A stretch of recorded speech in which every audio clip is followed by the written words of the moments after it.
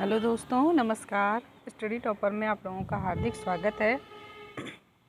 आज हम लोग ईवीएस के क्वेश्चन करने वाले हैं, जो कि देखिए सेकेंड यूनिट हमने करवाई थी, उसमें 50 क्वेश्चन मैंने करा दिए थे और आज 52 क्वेश्चन आपको आज हम करवाएंगे। तो 51 से आज शुरू करते हैं। देखिए पहला क्वेश्चन है, निम्नलिखित में से कौन सा योजना पद्धति का सिद्धांत है?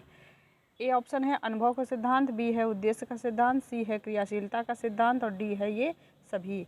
ठीक है, तो योजना पद्धति के सिद्धांत में ये सभी आ जाते हैं। अनुभव का सिद्धांत भी आ जाता है, उद्देश्य का सिद्धांत भी आ जाता है, क्रियाशीलता का सिद्धांत भी आ जाता है, तो सभी आ जाते हैं। ठीक है, राइट आंसर डी होगा। आगे देखिए, निम्नलिखित में से कौन सा योजना विधि का पद नहीं है? योजना विधि का कौन सा पद नहीं है?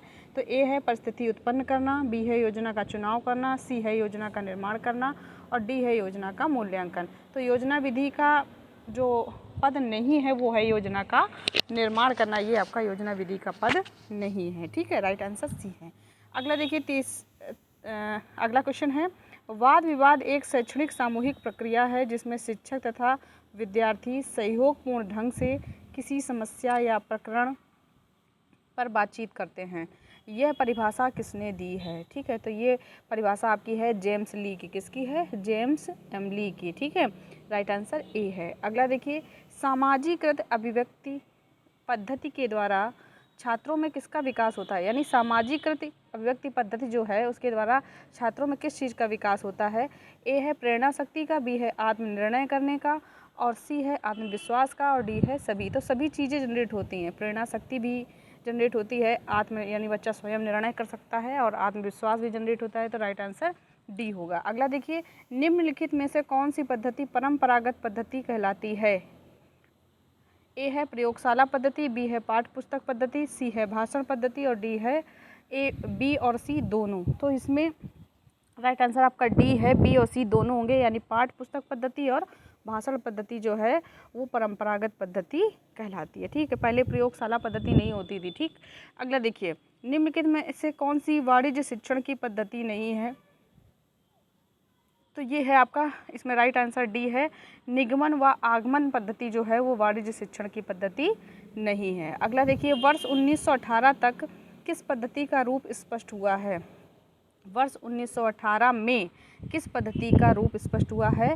तो वो है आपकी योजना पद्धति। कौन सा है? योजना पद्धति। राइट आंसर सी होगा। अगला देखिए, निम्नलिखित में से वाणिज्य शिक्षण की कौन सी पद्धति नवीनतम है? तो उसमें ये है इकाई पद्धति जो है वो वाणिज्य शिक्षण की नवीनतम पद्धति है। ठीक है, राइट आंसर बी है। अगला देखिए, निम्नलिखित में से कौन सी पद्धति विवादास्पद है, यानी किस पर विवाद चल रहा है? तो वो है आपकी समस्या समाधान पद्धति जो है वो विवादास्पद पद्धति है। अगला देखिए, क्वेश्चन 60 नंबर है, इनमें से किस विधि के प्रयोग के समय अध्यापक तो सक्रिय रहता है परंतु छात्र निष्क्रिय रूप से बैठे रहते हैं? तो सभी लोग जानते हैं वो है व्याख्यान विधि, जिसमें टीचर जो होता है वो एक्टिव होता है और छात्र जो होते हैं वो निष्क्रिय हो जाते हैं। अगला है, निम्नलिखित में से कौन सा योजना विधि का पद नहीं है? तो अभी पढ़ चुके हम लोग, योजना निर्माण जो है वो योजना विधि का पद नहीं है। अगला है, सामाजिक अभिव्यक्ति पद्धति के द्वारा छात्रों में किसका विकास होता है? तो सभी का होता है। राइट आंसर डी है, प्रेरणा शक्ति भी होता है, आत्मनिर्णय भी जनरेट होता है और आत्मविश्वास भी होता है। अगला देखिए, 63वां क्वेश्चन है, खोज व्यूह रचना का विकास किया। खोज विधि की रचना किसने की है? तो ये की है जे.एस. ब्रूनर ने। किसने की है? जे.एस. ब्रूनर ने। ठीक है, अगला क्वेश्चन है, मस्तिष्क प्रबलन संवेदन आव्यूह का विकास किया। मस्तिष्क प्रबलन संवेदन आव्यूह का विकास किसने किया था? तो ये किया था ऑसबर्न ने। किसने किया था? ऑसबर्न ने किया था। राइट आंसर डी है। अगला है, शिक्षण विधियाँ एवं शिक्षण व्यूह रचनाओं में अंतर होता है। शिक्षण विधियों और शिक्षण व्यूह रचनाओं में क्या अंतर होता है? तो अंतर ये होता है कि इन दोनों के जो उद्देश्य होते हैं वो अलग अलग होते हैं। ठीक है, तो ए आंसर सही है। अगला है, प्रभुत्ववादी शिक्षण आव्यूह में शामिल नहीं है। प्रभुत्ववादी जो शिक्षण आव्यूह है उसमें क्या शामिल नहीं है? तो वो है ऐतिहासिक खोज। ऐतिहासिक खोज जो है वो प्रभुत्ववादी शिक्षण आव्यूह में शामिल नहीं है। अगला है, प्रोजेक्ट पद्धति का सिद्धांत है उद्देश्यता का सिद्धांत, सामाजिक विकास का सिद्धांत, स्वतंत्रता का। तो इसमें सभी चीज़ें आ जाती हैं, यानी उद्देश्य सहित भी होता है, सामाजिक विकास भी होता है इसमें और स्वतंत्रता भी होती है। तो डी ऑप्शन सही है। अगला है, सुकरात का शिक्षण आव्यूह है। तो सुकरात ने कौन सी शिक्षण विधि दी है? तो वो दी है उन्होंने आपकी प्रश्नोत्तर विधि, ठीक है। प्रश्नोत्तर विधि के लिए ही जाने जाते हैं सुकरात। ये ऑप्शन सही है। भ्रमण निम्न विधि का उदाहरण है। भ्रमण विधि जो है वो किस विधि का उदाहरण है? तो वो है आपका निरीक्षण विधि की। किसका है? निरीक्षण विधि का, ठीक है। प्रोजेक्ट विधि के जन्मदाता कौन है? किलपैट्रिक है। ये ऑप्शन सही है। अगला देखिए, डेफिनेशन दी गई है कि किसने कहा प्रोजेक्ट एक उद्देश्य पूर्ण प्रक्रिया है जिसे मन लगाकर सामाजिक वातावरण में किया जाता है, ठीक है। तो ये आपका कहा है किसने? किलपैट्रिक ने। बी ऑप्शन सही है। अगला है, क्षेत्राटन विधि की विशेषता नहीं है। यानी जब आप कहीं क्षेत्र पर घूमने जाते हो, क्षेत्राटन विधि की विशेषता नहीं है। ए, छात्रों में उत्साह पैदा करना। बी, छात्रों में ज्ञान में वृद्धि करना। ये दोनों हैं ही। सी, समय की बचत करना। और डी है, समाज व घर में उत्तम संबंध स्थापित करना, ठीक है। तो इसमें सी ऑप्शन सही है, समय की। जब आप कहीं घूमने जाते हैं तो समय की बचत नहीं होती है, ठीक है। अगला देखिए, यह विधि जो ज्ञानेंद्रियों से सीखने की विधि है, वह विधि जो ज्ञानेंद्रियों से सीखने की विधि है वो कौन सी है? वो है आपकी भ्रमण विधि। कौन सी है? भ्रमण विधि है, ठीक है। जहाँ हम क्या करते हैं? अपने आँखों से देखते हैं और हाथों से चीज़ों को छूकर महसूस करते हैं, भ्रमण विधि। अगला है, समस्या समाधान विधि के कितने सोपान हैं? तो 5 सोपान हैं। अगला है, योजना व समस्या समान विधि में क्या अंतर है?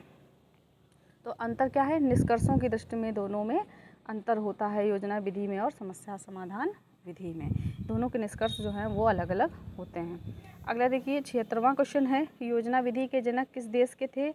तो योजना विधि के जो जनक थे वो कहाँ के थे? अमेरिका के निवासी थे। अगला है, छोटे बच्चों के लिए उपयुक्त मानी जाती है। छोटे बच्चों के लिए कौन सी विधि उपयुक्त है? ए है योजना विधि, बी है नाटकीय विधि, सी है अवलोकन विधि और डी है समस्या समाधान विधि। तो राइट आंसर डी है, समस्या समाधान विधि।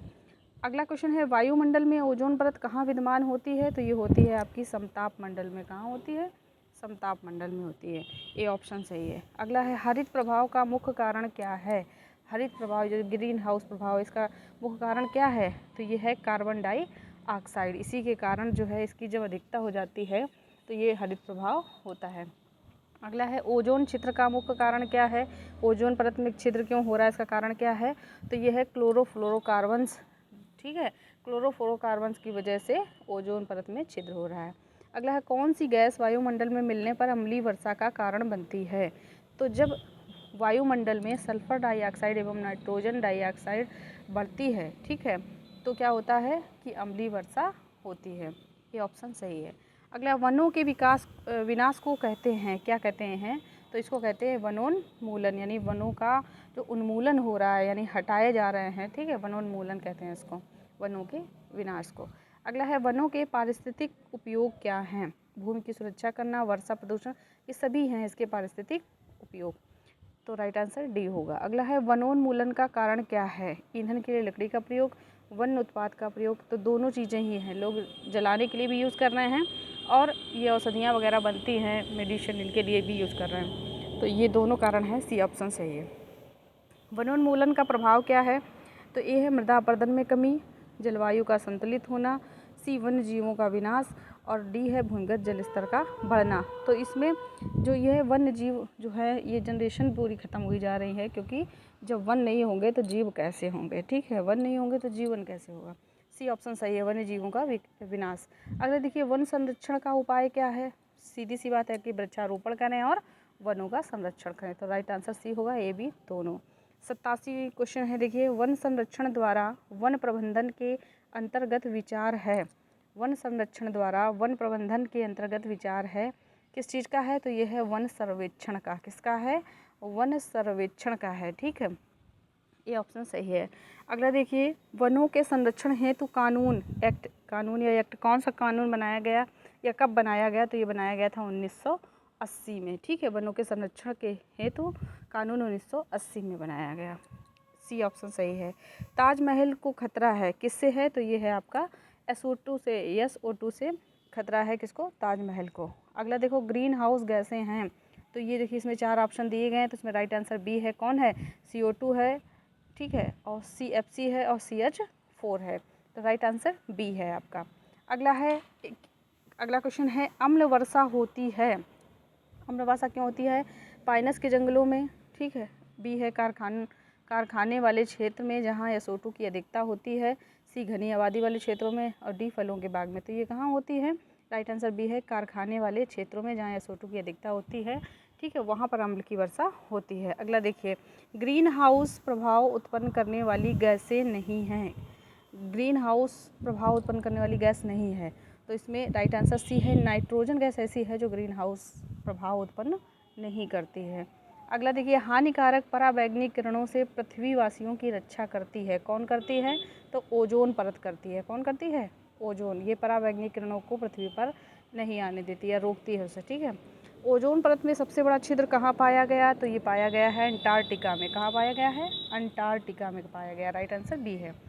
अगला है, प्रतिवर्ष अंतर्राष्ट्रीय ओजोन परत संरक्षण दिवस कब मनाया जाता है? तो ये 16 सितंबर को मनाया जाता है अंतर्राष्ट्रीय ओजोन दिवस, ठीक है। अगला देखिए, विश्व में अम्ल वर्षा से सर्वाधिक प्रभावित देश कौन सा है? तो वो है नॉर्वे, ठीक है। कौन है? नॉर्वे है जो है वो आपका सर्वाधिक अम्लीय वर्षा से प्रभावित देश है। अगला है, वन संरक्षण अधिनियम कब लागू हुआ? तो 1980 में लागू हुआ वन संरक्षण अधिनियम। अगला है, अम्लीय वर्षा का रूप होता है ए नम वर्षा, बी शुष्क वर्षा, ए बी दोनों। तो दोनों, सी ऑप्शन सही है। हरित भवन का संबंध होता है किससे होता है? तो ये होता है कार्बन डाइऑक्साइड से। किससे होता है? कार्बन डाइऑक्साइड से। अगला देखिए, ओजोन छिद्र से प्रभाव होता है, पृथ्वी का तापमान बढ़ता है, बिल्कुल। समुद्र का जल स्तर बढ़ता है, बिल्कुल। मौसम परिवर्तन होता है, ये भी सही है। राइट आंसर डी है, सभी कुछ होता है ओजोन छिद्र से प्रभाव। अगला देखिए, ओजोन छिद्र स्थित है कहाँ पर है? तो ये दोनों जगह है, उत्तरी ध्रुव और दक्षिणी ध्रुव दोनों, सी ऑप्शन सही है। अम्लीय वर्षा से प्रभावित होता है जलमंडल, जीवमंडल, भवन एवं मूर्तियाँ, डी सभी। तो सभी इससे प्रभावित होते हैं, ठीक है। तो ये आपके क्वेश्चन हैं जो मैंने आपके कराए हैं। 52 क्वेश्चन कराए हैं आज के इस वीडियो में और सभी इम्पॉर्टेंट क्वेश्चन हैं। तो आप लोग इनका रिवीजन कर लीजिए और अपने साथियों को भी फॉरवर्ड कर दीजिए ताकि वो भी परीक्षा में अच्छे से अच्छे अंक ले आए। मेरा मकसद आपका समय बर्बाद करना नहीं है, आपको वो मटेरियल उपलब्ध कराना है जिससे आपको सक्सेस मिले, आप अच्छा अंक जो है वो गेन कर सकें। वीडियो को पूरा देखने के लिए धन्यवाद। Thank you for watching.